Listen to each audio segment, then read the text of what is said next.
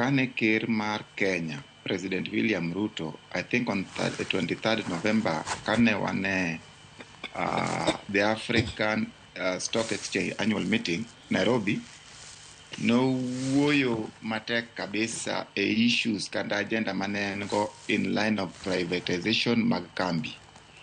Kendo nowacho ni structure mare mar sirikal ne en gi paro mar kete lweta jopiny kata uso kembe moko mag sirikal in a strategic way monyalo resgo government revenue, kendo mar ariyo manyalo keto kembego obed profit making. Adieri kane ng'iyo on 27th November kane osewuoyo on 23rd, mane en CS mar Treasury Njuguna Ndung'u, ma sani FCPA John Mbadi okawo kare, nogolo paro kendo negi list kembe mokwongo mag sirikal 11 mane negiwacho gini the first tranche then mano onego bed niya bedo privatized.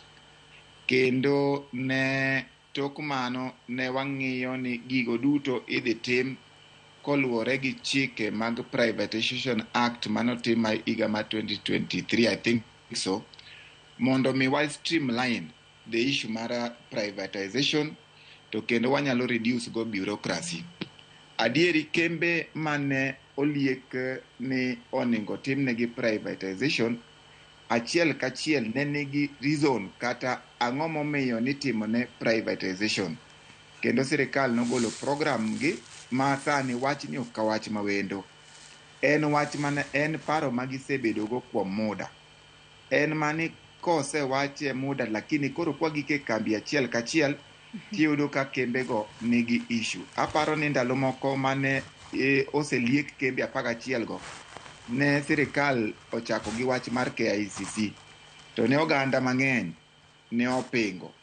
To ang'o momiyo sirikal ne kawo migawo mar privatization? Mokwongo ne ging'iyo ni ka ing'iyo kaka KICC kata Kenyatta International Convention Center en okete under the Tourism Act of 2011. Gimomiyo ni kete ni onyalo promote gik moko madhi adek. Mokwongo nonyalo promote issues mag tourism, onyalo bedo kaka kanyo mitime meetings madongo, to onyalo bedo kama itime exhibition. To noyud ka sirikal kata bedo ni ma was a state owned corporation, to noyud ka pod pesa mag sirikal tiyo in funding the operations magi. Manyiso ni jatich personnel emoluments pod ni gole exchequer to gi other operation services mane KICC dwa tiyo godo. Koro noyud ka according to pach sirikal ne en gi potential maber, to maybe mismanagement ema ne miyo ok yud kiwango monego bed ni oyudo. Omiyo ne gi liste kaka achiel kuom kembe monego bed privatized. Nitie kembe mag sirikal machalo kaka Kenya Literature Bureau, ne gin the first 11. To e kembe gi duto ok ochuno ni giduto ne gi make losses.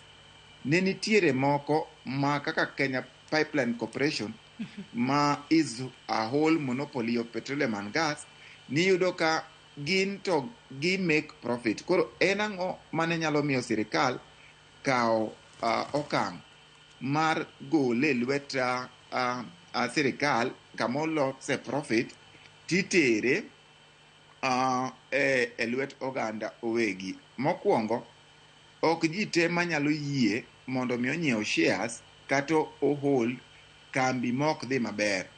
Nitiere kaka sirikal betemo boost private investors confidence e kambi manyalo bedo ni make profit, mondo mi resources magiyud kanyo ginyalo fund go infrastructure. Nyocha winjo ka ker wacho ni they want to establish what is called a infrastructure fund. Infrastructure fund manyiso niya, ka nitie program mag sirikal magidwa golo uchumi mar Kenya from third world, gidwa consolidate e fund achiel.